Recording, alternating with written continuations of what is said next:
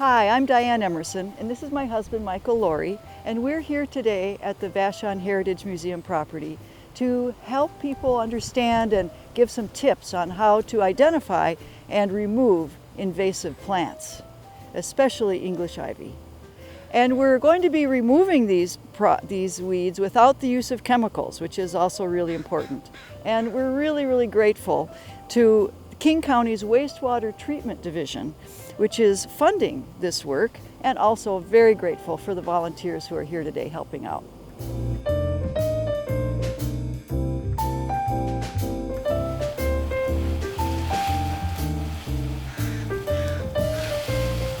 I'm Swain, and I'm here to dig up ivy. Don't let it get started in your yard, because this will be your job ahead of you if it does.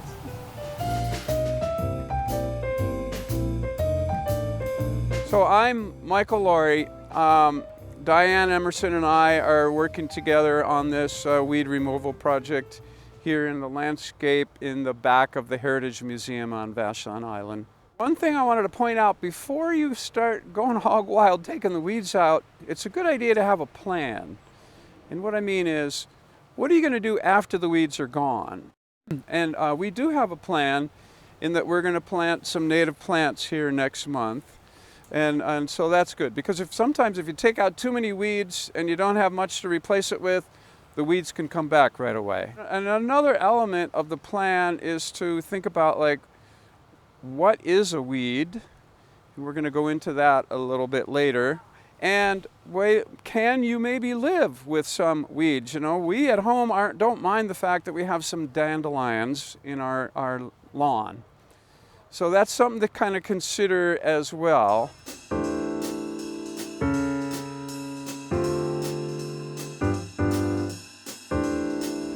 Okay, here we are. We're going to talk about weed identification.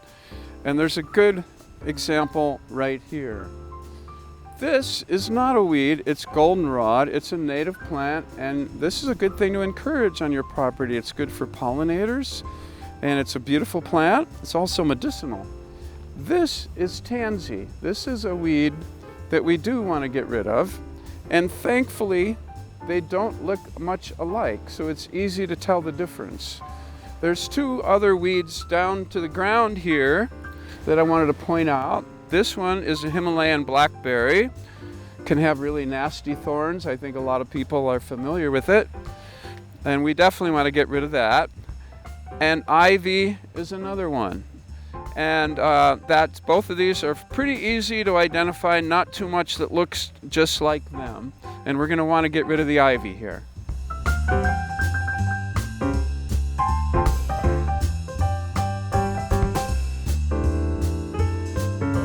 Hey, so I'm Fran Brooks, and although I'm professionally trained as a naturopath, so working with people, I actually really love working outdoors, and I've done all sorts of habitat restoration, small and large projects, and digging and removing ivy is really satisfying because if you get the right tool, you can really get in there and get the kind of workout you'd get at the gym. So you see how this is a stainless steel fork. The handle broke off a long time ago. I wasn't able to replace it, but it works great down on my knees, and I try to keep my knees young this way. I'm at the age where many people don't have knees that work anymore, so hopefully this is helping. A good set of clippers should fit your hand perfectly so that you really have a lot of control, and try to keep them locked at all times so you don't accidentally, whatever. There.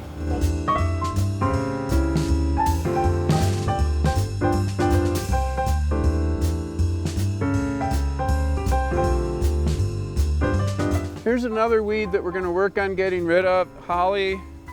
Maybe many of you have seen this. It's got these leaves that are kind of curlicue with points, and then the red berries. And we'll be working on this later on, but this is a good one to get rid of. Okay, one aspect of this whole weed removal thing is to properly identify which things are weeds that you want to get rid of. And so I would just encourage you to, maybe you have a friend who's a real plant expert. Maybe you want to bring them into the project if they're interested.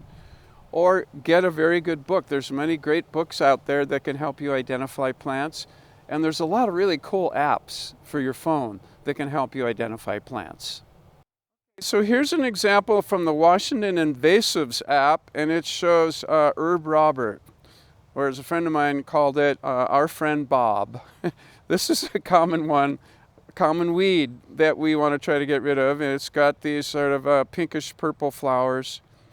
I'm going to jump over to another app on native plants, Washington Native Plant app, and I'm showing here bleeding heart, which kind of looks like herb Robert.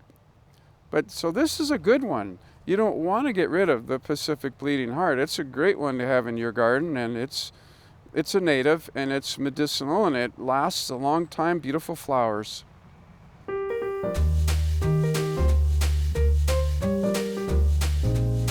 So one of the invasive weeds we have here is Himalayan blackberry, and many people are familiar with this weed. And I just wanted to share with you my secret tool for getting rid of Himalayan blackberry. This is called a sawtooth shovel. And if you've ever tried to dig out blackberry, with a regular shovel, you may have experienced how a regular shovel slides off the root and it's hard to get it out of there. This guy holds on to the root and you can just pry it out. And I'm going to demonstrate that here with this one. This isn't as big a blackberry as some you have seen and experienced, but this should work. It's helpful this time of year to dig it now when the ground is soft because we've got our fall rains. So fall and winter, early spring is the best time to get after these guys, and it makes it a whole lot easier. So just get that down in there and you can just pry it right out, just like that. This shovel does not slide off the root. And hold on to it, pry it out. There we go. Look at that. So that's pretty easy. And you can use this shovel then for digging out blackberries along fence lines, up against shrubs and trees. It's very useful. Most of the invasive weeds we're dealing with today is English ivy. That's what's primarily in this area. And English ivy is a really noxious weed. And there are several aspects to it that make it a problem. One is it grows at least 9 feet a year and can totally cover a huge area of ground. That eliminates any native plants, any native ground covers and things that could grow there. So it's a real habitat destroyer in that sense. Now, it's really problematic once it starts climbing.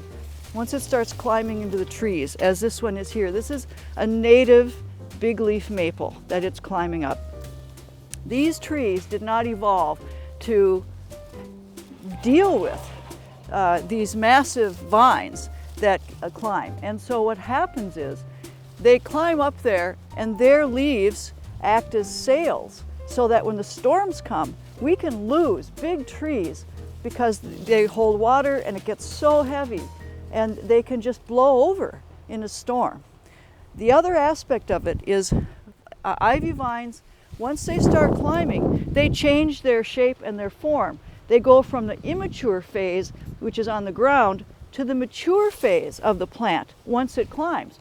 Once it climbs, it can bloom and have berries.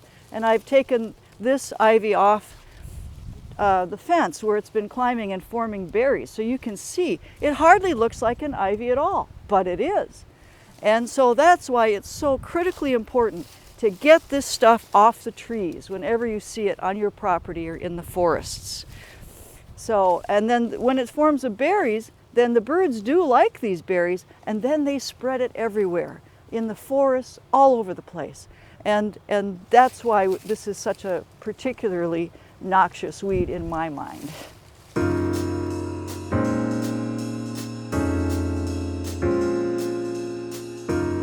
Believe it or not, this is actually one of my favorite weeding tools. Just a simple trowel. I use it quite a bit.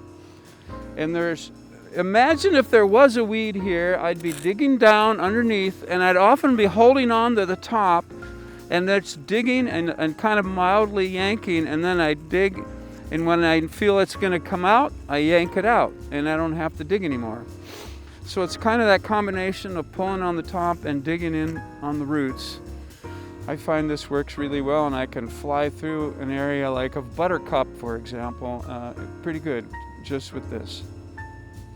This is another one of my favorite tools. It's called a pulaski. It's an axe on one side and a hoe on the other. And there's some very cool history behind this. There was a guy named Ed Pulaski in Idaho when they had the big fire around 1910, burnt over 1 million acres. He put his men in a cave and he saved them. He stood at the entry to the cave, he pulled out a gun, and he said, "I will shoot anybody who runs out of here," because he knew if they ran out, they were going to die in the fire. He saved their lives. He later went on to invent this tool, which, believe it or not, still to this day is used a lot by the Forest Service and other agencies for building trails and for fighting fires. It's a great tool for weeds.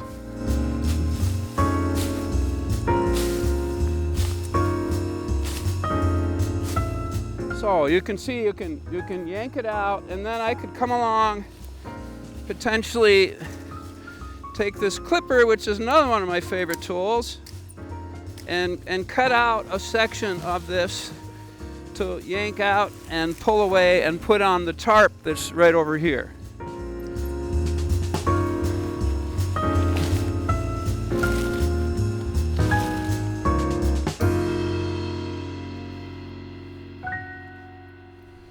Okay, another tool that helps in this process is having a tarp laid out.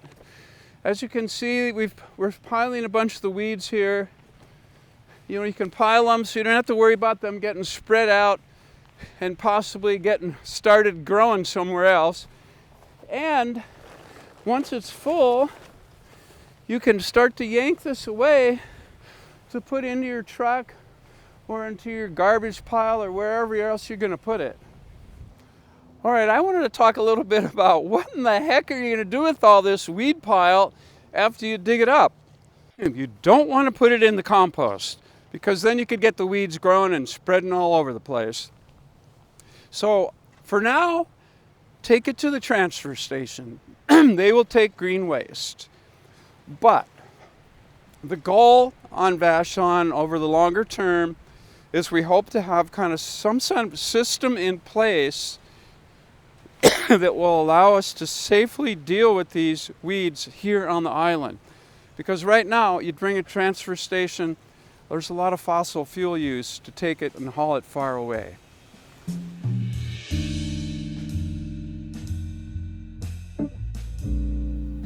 My name's Dave Swain. I'm with the Vashon Heritage Museum.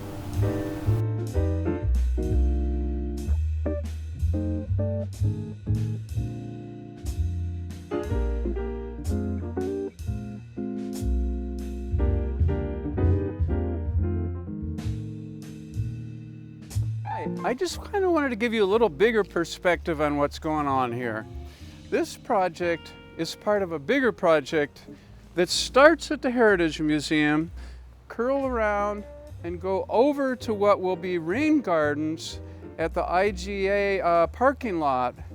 And the idea of all of this work is to help control and clean up the stormwater that will go into Shingle Mill Creek, and to, in general, make Shingle Mill Creek safer for the salmon and make Puget Sound safer for all the wildlife in Puget Sound.